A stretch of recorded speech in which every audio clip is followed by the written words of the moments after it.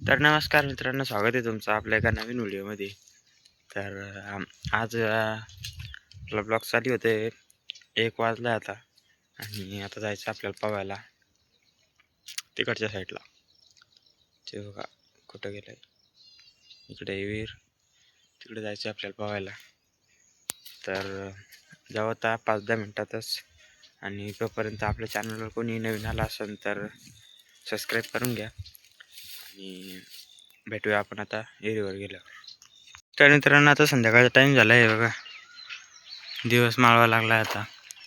आणि आपण जे पवायला गेलो त्याचा काही व्हिडिओ बनवायचे ध्यान नाही राहिलं आहे, म्हणजे तिथं जे व्हिडिओ काढायचे काही आठवण नाही राहिली, त्यामुळे तिकडं काय काढला नाही. आणि तर 2-4 दिवस झाले आपले गहू काढले बघा, ते सुकायला टाकले ते. आणि त्याच्या गहू काढायच्या दिवशी पण दिवसभर आम्ही तिकडंच होतो गहू काढायसाठी, पण तिकडचं पण काही ब्लॉग बनवला नाही. हे बघा इकडच्या साईडला डाळिंब बघा कसे आले आता, त्याचे फुगायला चालू झाले इथे. आणि गहू पण पूर्ण 2-3 लाईनीत वाळू घातला आहे बघा.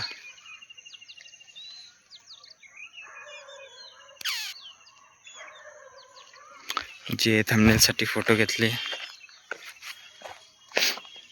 पूर्ण लाईनमध्ये घातला आहे वाळू, इकडं तिकडं पण आणि तिकडं पण.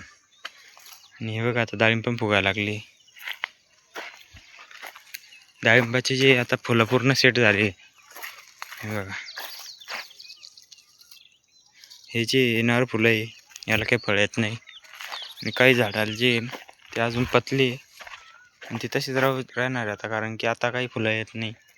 जे यायचे ते आता जेवढे आलेले तेवढेच आहे. इकडं पण आहे बाई, इकडं पण अजून काही फुलं सेट व्हायचे राहिले, काही झालेले, काही जे मोठं झाडं आहेत त्याला पण फळ लागले बघा.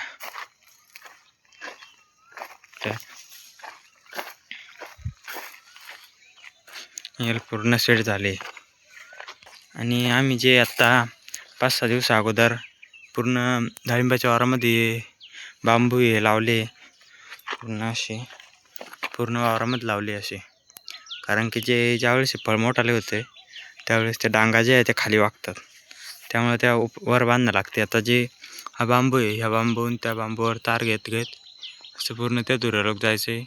त्यानंतर याला जे सुतळी बांधून त्या ताराला बांधायची, आणि तिथून जो खाली घ्यायला लागतो तार इथं बांधायचा समजा, तर त्यासाठी खड्डा खंदून जे याच्या आतमध्ये दगड बांधून दगडाला जे हा तार बांधला आणि ते आत दाबलाय, जे हा फिट होतोय. हा ओढला तरी येत नाही बाई. असं जे आता फक्त तारण ते बांधायचे राहिले बांबूला, तर रावणं घेऊन झाले पूर्ण एवढ्या पूर्ण जितके डाळिंब तितक्याला लावले. आणि हे पण खड्डे करून घेतले.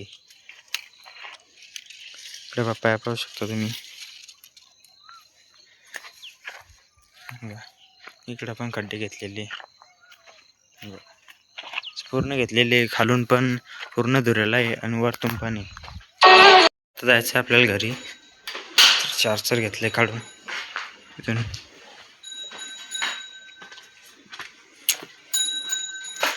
कुटार गिटार पण घेतले बंद्याला टाकून.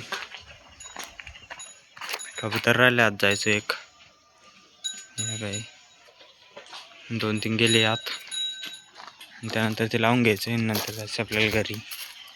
आणि आता आम्ही जे काल नळी लावली झाडाला पाणी द्यायसाठी बघा, इकडच्या साईडला अशी, इकडून पण गेली ती अशी. पुढच्या साईडला जे ते आंबे बघा, ती जी बाबळी दिसते त्या बाबळीपर्यंत लावली नळी ती, कारण की आता उन्हाळा लागला आहे आणि त्यामुळं पाणी कमी पडतं आहे आणि ऊन पण लई तापा लागलं आहे, त्यामुळं ते पूर्ण धुराला नळी लावली. त्याला 24 तास पाणी चाललं लागते, त्यामुळे ते चांगलं भिजतं आहे आता. आणि इकडं पण इकडं जे हे नागिलीचे पानं आहे जे की आपण खातो पान म्हणून, याला पाणी द्यायचं काम नाही, कारण की जे इथं आपली नळी आहे मोटरची त्यामधूनच ते पाणी जातं आहे तिथून जागीच, त्यामुळे याला काही पाणी द्यायचं काम नाही. तिकडं जे पाणी जात नव्हतं त्यामुळे नळी लावून घेतली. कोंबड्या पण घेतल्या कोंडून. आणि आता जायचं आपल्याला घरी.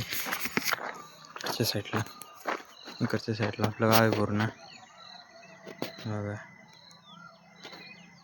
तर सूर्य मावळा लागला आहे. इकडं पाणी. इथं आम्ही जे संध्याकाळी या रूममध्ये झोपतोय पूर्ण 2-4 जण. आणि हे आमच्या गावाच्या 2 टाक्या आहे. इथूनच पूर्ण गावाला पाणी जाते. तर मित्रांनो आजचा ब्लॉग आपण या ठिकाणी एंड करूया. भेटूया आपण उद्याच्या ब्लॉगमध्ये. तोपर्यंत आपल्या चॅनलला लाईक आणि सबस्क्राईब करून घ्या. भेटूया अशाच नवीन ब्लॉगमध्ये. तोपर्यंत बाय बाय.